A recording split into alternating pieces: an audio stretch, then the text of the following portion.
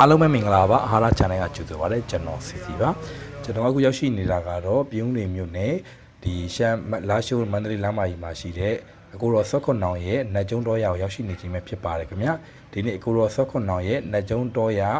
ဒီ scam မှာပေါ့နော်အကိုတော်ကြီးအတွက်ရည်ရွယ်ပြီးတော့မှကျွန်တော်တို့ကဒီရှမ်းဘာသာမြန်မာဘာသာနှစ်ဘာသာနဲ့ကုသိုလ်ကောင်းမှုများကိုပြုလုပ်ခြင်းကိုကျွန်တော်တို့ရိုက်ကူးတက်ဆက်ပေးခြင်းပဲဖြစ်ပါတယ်ခင်ဗျာအားလုံးလိုက်ပါကြည့်ရှုပေးကြပါအောင်ခင်ဗျာ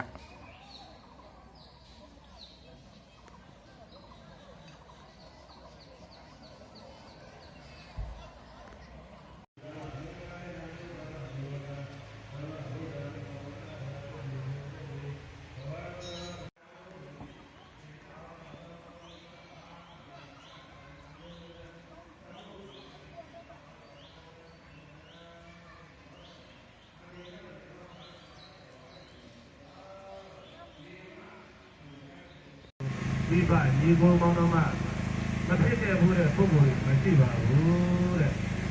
ဒါကြောင့်မလို့ပြီးတော့အခုမြင်တွေ့နေရတော့ဒီအကိုတော်ဆော့ခွန်တော်ရဲ့လက်ကျုံတော်ရဒီသာနာစီစကန်ကိုလာပြီးတော့အကိုတော်ကြီးရဲ့ပွဲအတွက်ပေါ့နော်ပေါဝင်လာရောက်ပြီးတော့အားဖြည့်နေကြတယ်ပဋ္ဌာန်းဆက်တွေကိုကျွန်တော်တို့မြင်တွေ့နေရတာပဲဖြစ်ပါတယ်ခင်ဗျာ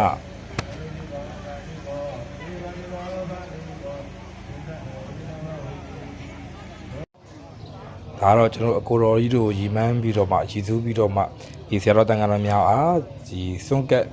နေတဲ့ပုံရင်လေးတွေပဲဖြစ်ပါတယ်ပြန်ပြန်လဲဒီမှာပင်ကြပါတာခါတာနီယာ